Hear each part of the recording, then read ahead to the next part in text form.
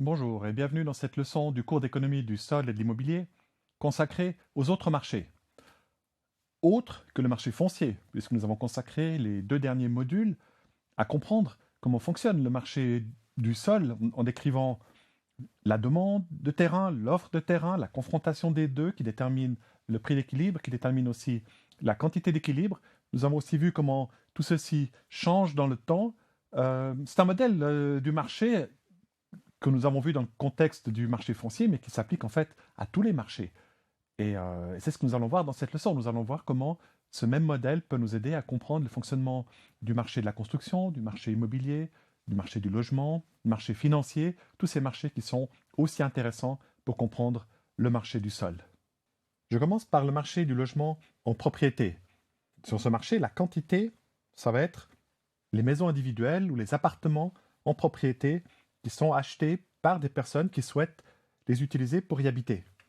Le prix sur ce marché, ce sera le prix de vente par unité de logement. Et bien sûr, on a affaire à un bien hétérogène.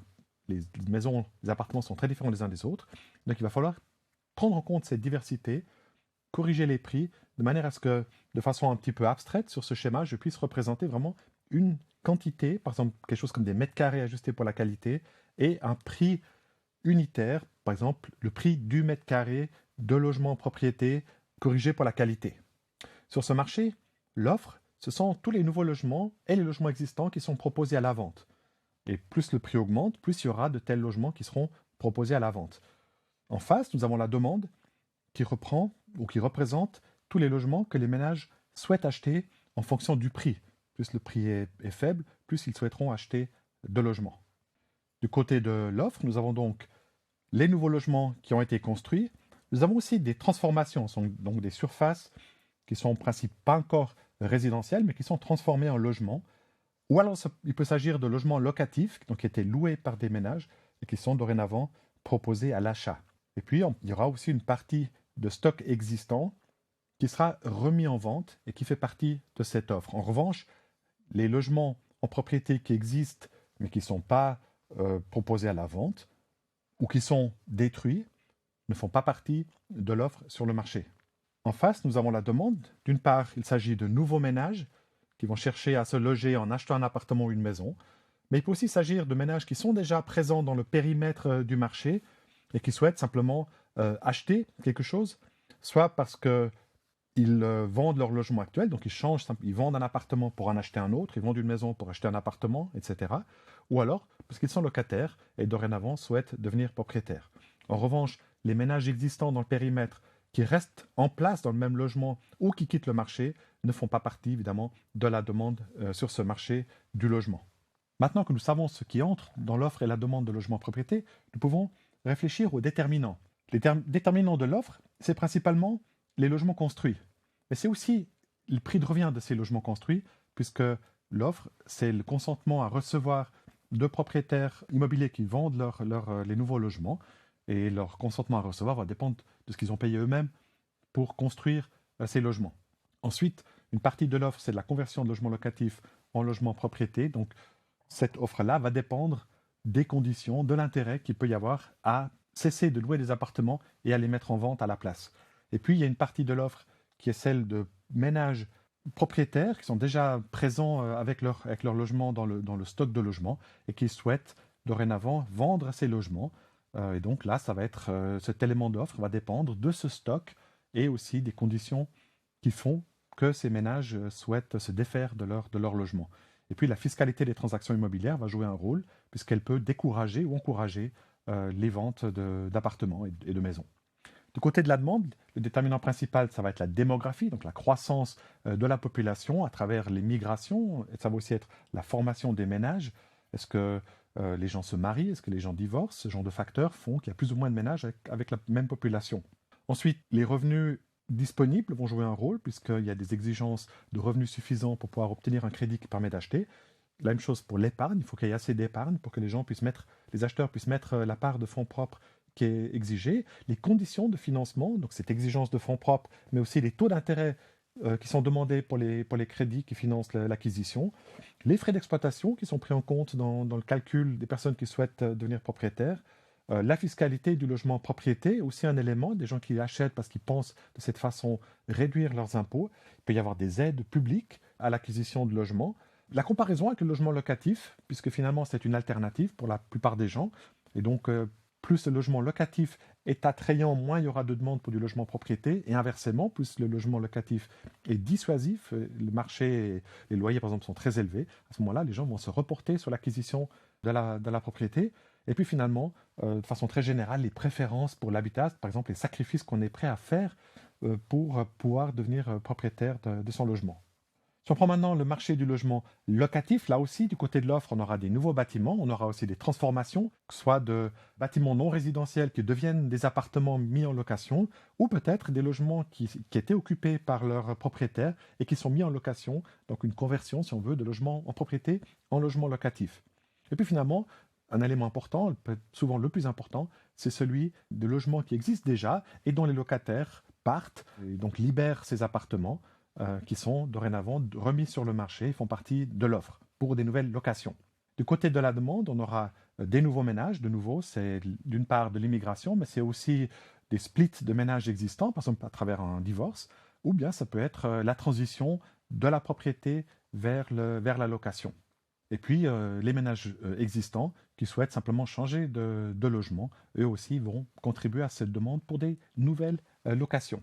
Si on regarde non pas seulement les nouvelles locations, mais toutes les locations, donc l'ensemble des contrats qui sont signés et qui sont renouvelés sur une certaine période, eh bien, on aura en plus une partie de baux simplement renouvelés avec le même locataire. Donc, ce sont des locataires qui restent en place et qui font partie de ce marché qui comprend toutes les locations. Et ce qui va manquer, ce qui va sortir de ce marché, eh bien, ce sont des appartements qui sont démolis ou transformés. Et du côté de la demande, ce sont des ménages qui quittent le marché. Avec ce schéma, on voit déjà les liens avec d'autres marchés. Par exemple, si je prends les nouveaux bâtiments, qui contribuent bien sûr à l'offre de logements locatifs, mais aussi précédemment de logements propriété, eh bien, ces nouveaux bâtiments, c'est le résultat de ce qui s'est fait sur le marché de la construction. Les transformations, c'est lié à la propriété immobilière non résidentielle, donc au marché immobilier non résidentiel qui pourrait ne pas être très favorable et pousser certains propriétaires à préférer convertir leurs bureaux, par exemple, leur surface commerciale, ou parfois même les surfaces industrielles, les lofts, convertir tout ça en logement. Et puis, il y a le marché immobilier résidentiel à usage propre, c'est-à-dire c'est le marché que nous avons vu précédemment, où les ménages sont propriétaires du logement qu'ils occupent. Et bien, selon les conditions sur ce marché, certains pourraient choisir de mettre en location leur appartement ou leur maison, donc de les proposer aussi dans l'offre sur le marché du logement locatif. Et puis finalement, il y a bien sûr le marché locatif lui-même qui alimente aussi l'offre à travers ce stock existant de logements existants qui sont remis en location suite à un changement de locataire ou qui sont simplement, où le bail est simplement renouvelé avec le même locataire. Donc on voit que les déterminants de l'offre, ça va être d'une part le stock existant, surtout si on regarde le marché de l'ensemble des contrats et pas seulement des nouveaux contrats de baux, et puis aussi les nouveaux logements, donc les nouveaux appartements qui viennent sur le marché contribuent à cette offre. Donc la quantité de logements construits va être un déterminant important de l'offre de logements locatifs. Le prix de revient de production, puisque ça va se répercuter en exigence de loyer de la part des propriétaires bailleurs, la comparaison avec d'autres affectations des surfaces, bureaux versus logements par exemple, et les coûts de transformer des bureaux, des commerces en surface d'habitation, les conditions de financement jouent toujours un rôle pour les propriétaires bailleurs, puisque eux restent propriétaires de l'immeuble, supportent les frais financiers d'un crédit hypothécaire ou des fonds propres qu'ils ont investis dans ces immeubles. Et donc les conditions auxquelles ils ont pu financer l'immeuble va jouer un rôle pour leur exigence de loyer. De même que les frais de gestion et les frais d'exploitation. Nous avons vu ça dans la leçon 44. On avait une exigence de loyer qui était le prix immobilier multiplié par le taux d'intérêt, ce qui comprend à la fois ici, si c'est le coût moyen pondéré du capital, à la fois le coût des fonds propres et le coût des fonds empruntés, et puis toutes ces charges non financières qui s'ajoutent et qui doivent être aussi couvertes par le loyer requis du côté de l'offre sur ce marché du logement locatif. Et puis la fiscalité de l'immobilier locatif, les aides publiques viennent aussi modifier ce loyer requis. Du côté de la demande, la démographie, les revenus disponibles qui déterminent ce que les ménages peuvent payer comme loyer, la comparaison avec le logement en propriété, comme précédemment, les personnes qui envisagent d'accéder à la propriété le font en comparant avec l'alternative d'être ou de rester ou de devenir locataire, eh bien, dans l'autre sens aussi, cette comparaison se fait bien sûr et a une incidence sur la demande de logement locatif. Et puis, les préférences pour l'habitat, donc, par exemple, quelle partie de son revenu on est disposé à consacrer au logement par opposition à d'autres utilisations. Et puis, j'ai ajouté encore une ligne pour la réglementation, puisque le droit du bail, qui limite par exemple l'évolution des loyers ou parfois même le niveau des loyers, eh bien, va aussi avoir un impact sur ce marché, ainsi que tout ce qui est contrainte pour des transformations, démolitions, constructions, etc. Donc ce sont des restrictions de prix ou de quantité du type que nous avons vu dans le module précédent. Considérons maintenant les marchés immobiliers. Après les marchés de l'usage, on regarde les marchés immobiliers. Donc on remonte, si vous voulez, en amont dans la chaîne de valeur du foncier. Le marché immobilier, il y a celui des logements ou des biens immobiliers à usage propre. Et ça, je vous renvoie au marché du logement propriété, puisque c'est un marché qui combine l'immobilier, la propriété immobilière et l'usage. Par contre, sur le marché des objets, pour ce qui concerne les biens immobiliers résidentiels locatifs, alors il y a vraiment une séparation. Il y a un marché de l'usage que nous avons vu tout à l'heure, et il y a un marché immobilier, un marché de la propriété de ces biens immobiliers, où la quantité, c'est le nombre de logements ou de surfaces qui sont proposés à la vente, et généralement par lot, puisque les appartements sont achetés par les investisseurs euh, sous la forme d'immeubles entiers. Ensuite, les prix, ça doit être aussi un prix unitaire corrigé pour la qualité, par exemple le prix du mètre carré de ces appartements qui seront ensuite mis en location. Donc l'offre, c'est la quantité existante ou neuve de surface résidentielle que leur propriétaire envisage de vendre, propriétaire étant dans ce cas-là soit des investisseurs qui souhaitent se défaire de ces immeubles locatifs, ou alors des promoteurs qui ont construit des immeubles et qui les cèdent à des investisseurs qui deviendront propriétaires bailleurs. Et du côté de la demande, alors on a justement ces investisseurs qui sont des futurs, qui vont devenir des propriétaires bailleurs, qui souhaitent acheter, mais il peut aussi s'agir parfois de développeurs qui achètent un immeuble d'habitation locatif dans le but de le transformer, par exemple le transformer en logement de propriété, ou de le détruire et reconstruire, etc. Donc eux aussi vont acheter des immeubles qui pourraient être destinés à la location.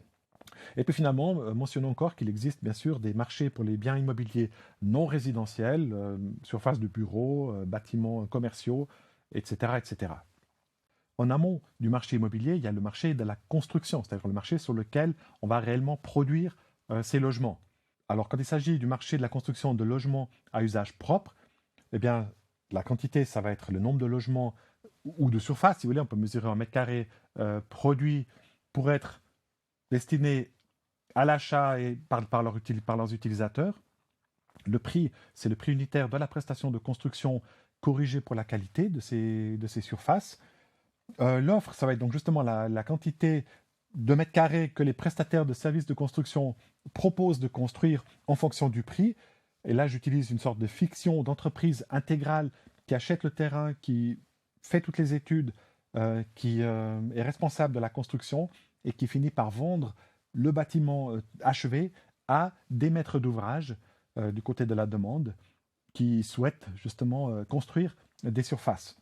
Il peut s'agir de promoteurs qui vont ensuite vendre des appartements ou d'usagers qui font directement construire, par exemple, leur maison individuelle. Pour les immeubles locatifs, c'est pratiquement la même chose. Ce qui va changer, c'est que les maîtres d'ouvrage, donc ils sont du côté de la demande, sont cette fois soit des promoteurs, soit des investisseurs. Donc soit des promoteurs qui font construire aux entreprises intégrales des surfaces de logement et vont ensuite les vendre à des investisseurs propriétaires bailleurs, ou alors les investisseurs propriétaires bailleurs qui eux-mêmes sont maîtres d'ouvrage et vont acheter ces prestations de construction aux entreprises intégrales. Et puis finalement, bien sûr, il y a un marché de la construction d'immeubles non résidentiels qui peut ressembler à l'un ou à l'autre de ces marchés d'immeubles d'habitation. Alors comme sur le marché de la construction, du côté de l'offre, on a à la fois le terrain et la construction elle-même, eh bien, les déterminants de l'offre, ça va être les prix fonciers, mais aussi la disponibilité foncière, donc les terrains qui sont réellement, qu'on peut réellement acheter, ainsi que le prix des produits intermédiaires, donc des produits qui sont utilisés pour la construction, que ce soit des matériaux, des fournitures, de l'énergie, des machines, etc., le prix du travail, et puis l'exigence de marge des entreprises intégrales, prestataires de travaux de construction, qui vont parfois aussi dépendre d'activités alternatives, c'est-à-dire qu'est-ce qu'elles pourraient construire d'autres, par exemple. Du côté de la demande, du côté des maîtres d'ouvrage qui souhaitent obtenir de nouvelles surfaces, eh bien, ce qui va être le principal déterminant, ce sont les prix immobiliers, c'est-à-dire le prix auquel ils pourront revendre, valoriser ces surfaces. Ça va être la quantité de biens immobiliers qui est demandée sur le marché immobilier correspondant. Et puis, ça va aussi être les conditions de financement, puisqu'il va falloir qu'ils achètent et qu'ils financent les travaux de construction. Donc, taux d'intérêt, exigence de fonds propres principalement. Finalement, laissez-moi encore évoquer les marchés financiers. Il y a bien sûr le marché foncier, mais nous l'avons déjà abondamment traité. Sur les marchés financiers, eh bien, ce qu'on mesure comme quantité, ça peut être le montant des crédits accordés. Ce qu'on mesure comme prix, ça va être le taux d'intérêt. Et là aussi, on a une certaine hétérogénéité des crédits. Et donc, il faut que ce prix ou ce taux d'intérêt tienne compte de cette qualité, que ce soit un taux d'intérêt corrigé pour la qualité du débiteur ou des conditions de crédit, par exemple la durée du crédit ou les garanties qui ont été apportées par l'emprunteur, par le débiteur. L'offre et la demande, du côté de l'offre, par définition, c'est la quantité de crédit que les instituts de crédit proposent en fonction du taux d'intérêt. Et les déterminants, c'est leurs propres conditions de financement à ces instituts de crédit.